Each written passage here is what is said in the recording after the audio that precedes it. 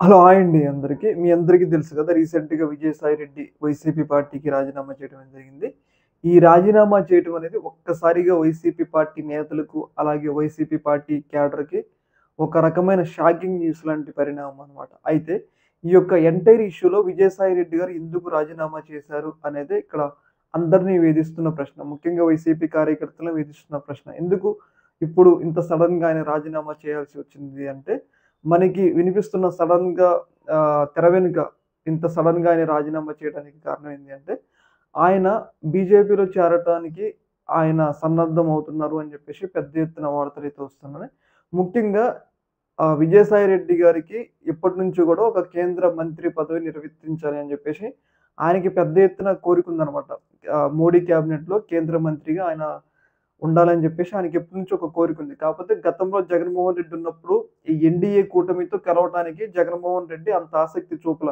ఆయన సిద్ధాంతం ప్రకారం ఆయన ఇండివిడ్యుయల్‌గా ఉండటానికి ఆసక్తి చూపడమే జరిగింది. అయితే అప్పుడు ఆయన కేంద్ర మంత్రి పదవిని అధిరోహించాలనుకున్నారు. కాపోతే ఆ యొక్క కల, ఆ యొక్క డ్రీమ్ అంటది గదా! ఆ డ్రీమ్ అనేది నెరవేరలేదనమాట. అయితే ఇలాంటి సందర్భంలో బీజేపీ ఏమైనా విజయసాయి రెడ్డికి ఒక రకమైన ఆఫర్ ఏమన్నా ఇచ్చిందా అన్న వాదనైతే బలపడుతుంది.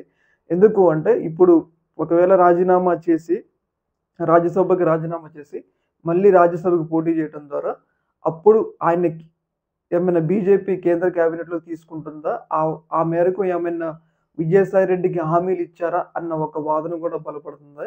ఏదేమైనా గాని ఈ యొక్క ఎంటైర్ విషయంలో ఇంత సడెన్‌గా రాజీనామా చేయడానికి ప్రధాన కారణం ఏంటంటే, ఆయన మీద ఏమన్నా రీసెంట్‌గా కాకినాడ పోర్ట్‌కి సంబంధించిన ఇష్యూలో కేసులు నమోదు చేయడం గాని, ఇప్పటికే ఉన్న కేసులేమన్నా స్పీడప్ చేస్తారా?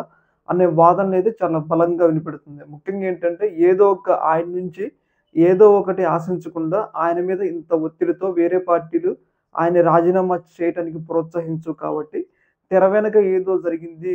ఆయన త్వరలో బీజేపీ పార్టీలో చేరి కేంద్ర మంత్రి అవుతారు అన్న వాదనలైతే చాలా బలపడుతున్నాయి.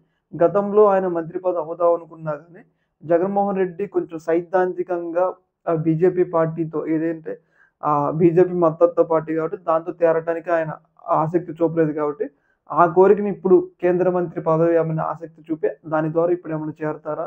అన్న ఒక వాదనైతే బలపడతా ఉంది. ఏదేమైనా గాని ఈ యొక్క ఇష్యూ అనేది వైసీపీ కార్యకర్తలకు ఒక షాకింగ్ పరిణామం అని మనం చెప్పుకోవాలి. ఈ యొక్క ఇష్యూ మీద మీ యొక్క అభిప్రాయం తెలియజేయండి. ఓకే మరి.